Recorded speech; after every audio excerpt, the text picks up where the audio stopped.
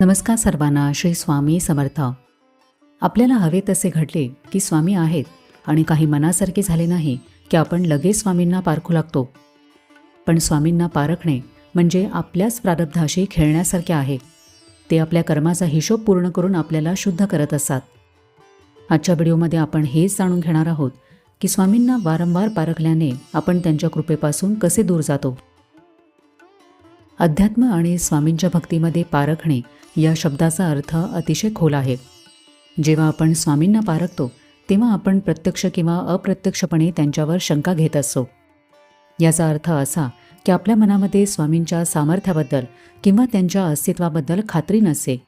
आपण त्यांना एखादी अट घालतो, जसे की माझे हे काम झाले तरच स्वामी आहेत किंवा त्यांनी मला हा अनुभव दिला तरच मी त्यांच्यावर विश्वास ठेवेन.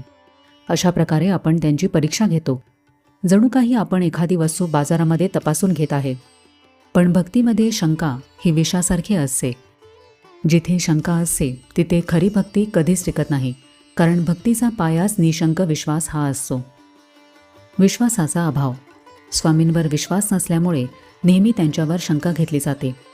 श्रद्धा आणि विश्वास हे कोणत्याही नात्याचे, मग ते मानवी असो किंवा दैवी, मुख्य आधारस्तंभ असतात.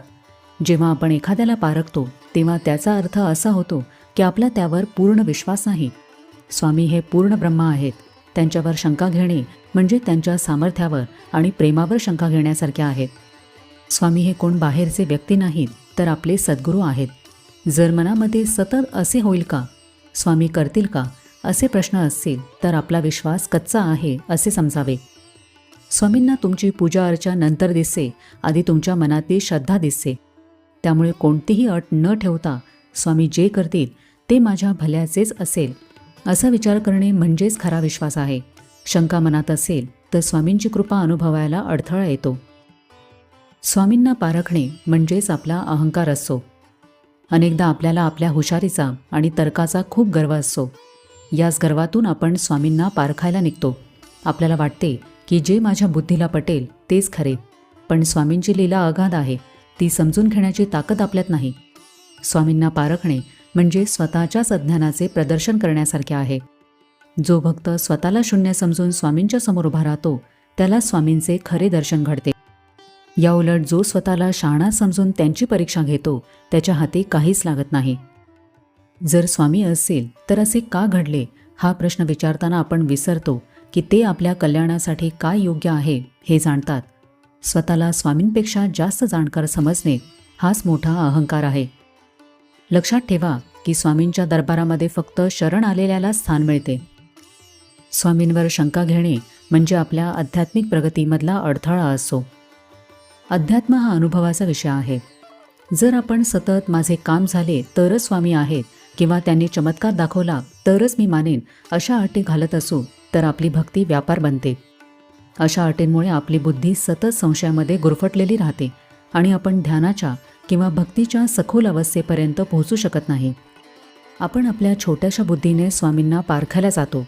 काम झाले तरच स्वामी आहेत असे विचार अत्यंत बालिश आणि अहंकारी असतात. स्वामी आपल्याला जे देतात ते आपल्या प्रारब्धानुसार आणि हिताचे असते. कधीकधी एखादे काम न होण्यातच आपले भले असते, पण आपण स्वामींना दोष देऊन बसतो. मनात जर शंका असेल तर ध्यान, नामस्मरण किंवा सेवा यामध्ये कधीच मन लागत नाही. अध्यात्मामध्ये आधी विश्वास आणि मग अनुभव असाच नियम आहे.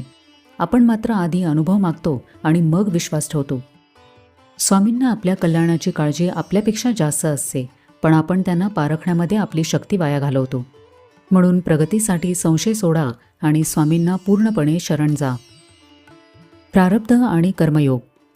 स्वामी आपल्या भक्तांचे कल्याणच करत असतात, पण ते करताना ते भक्ताचे प्रारब्ध आणि कर्म यांचा विचार करतात.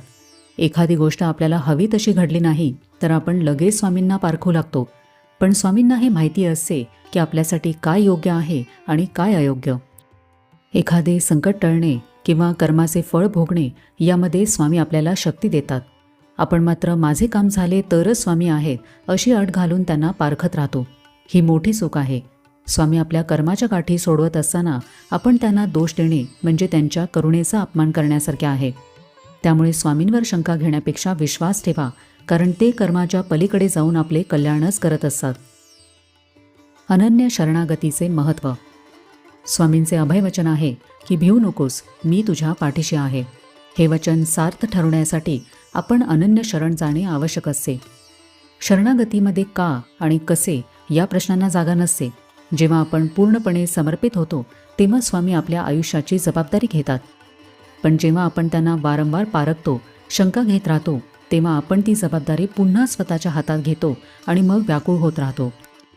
त्यांचे अभयवचन अनुभवण्यासाठी आपल्याला आपले डोके चालवणे थांबावे लागेल. जेव्हा आपण मीपणा सोडून स्वामींना शरण जाऊ तेव्हा अशक्य गोष्टीही शक्य होतात.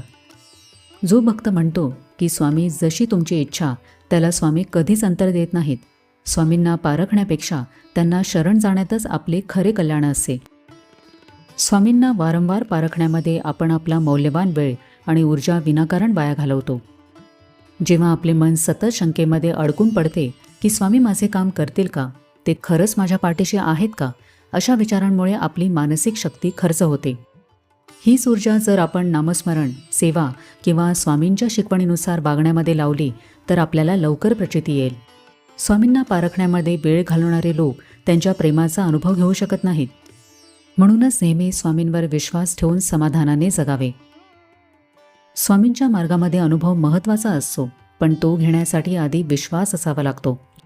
स्वामी हे कल्पवृक्ष आहेत. त्यांच्याकडे आपण काय मागतो आणि कोणत्या भावनेने जातो यावरूनच आपल्याला योग्य ते फळ मिळते. ज्या क्षणी तुम्ही स्वामींना पारखणे थांबवाल आणि शरणागत व्हाल, त्या क्षणी तुम्हाला तुमच्या प्रत्येक प्रश्नाचे उत्तर आपोआप मिळेल. आजच्या व्हिडिओमध्ये आपण हे पाहिले की स्वामींना वारंवार पारखणे, त्यांच्यावर शंका घेणे, त्यांच्यासमोर अटी ठेवणे हे आपल्या भक्तीतील सर्वात मोठे अडथळे कसे आहेत. आपल्या आयुष्यातील दुःख, संकटे हे आपल्या कर्माचा भाग असतात, पण स्वामी नेहमी आपल्याला त्यातून सुखरूप बाहेर काढण्यासाठी सदैव तत्पर असतात. म्हणूनच शंका बाजूला ठेवा आणि निशंक मनाने स्वामींचे व्हा. लक्षात ठेवा की स्वामींना तुमच्या सोन्या नाण्याच्या भेटी नको आहेत. त्यांना हवा आहे तो फक्त तुमचा शुद्ध भाव.